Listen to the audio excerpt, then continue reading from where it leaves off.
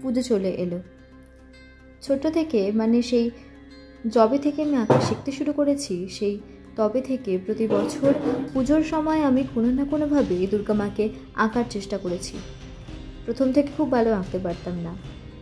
প্রথমে পেন্সিলে, তারপরে মোম রঙে, তারপরে জল রঙে, এখন ফেব্রিক কালার দিয়ে দুর্গা মাকে আঁকছি।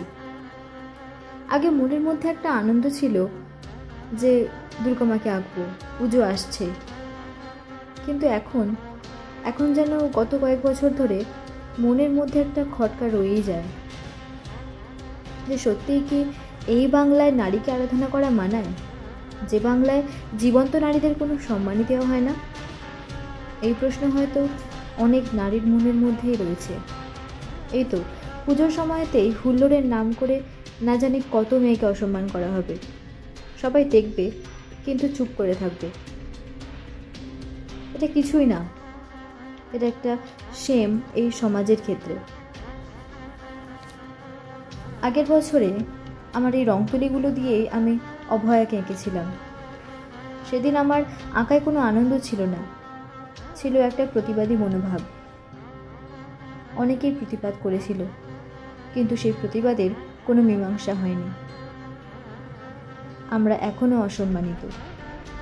এই বাংলায় নারীদের সত্যি আরাধনা করা যায় কি না সেই প্রশ্নের উত্তর কারোর কাছে নেই। তাই এখন আর আগের মতো আনন্দ মনের মধ্যে নেই। আমি জানি না এই ভিডিওটায় কত ভিউ আসবে, বাট আমি খাচ্ছি, খেটে যাচ্ছি।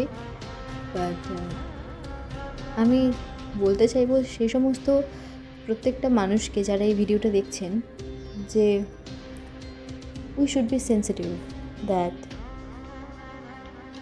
what is our behavior. As a Bengali, as a girl, it's really abusive for us when a man treated us badly and they abuse us openly without any fear, without any shame. I hope this Durga Puja will be safe for women. আশা করব এই দুর্গা পুজোটা একটু safe হবে মেয়েদের জন্য। জানি না, যাই হোক, ভিডিওটা প্রায় শেষ হয়ে এসেছে, আমার আঁকা প্রায় শেষ হয়ে এসেছে।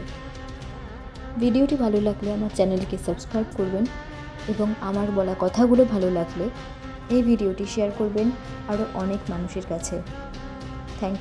Thanks for watching, visit again. এবং সব শেষে শুভ শারদিয়া।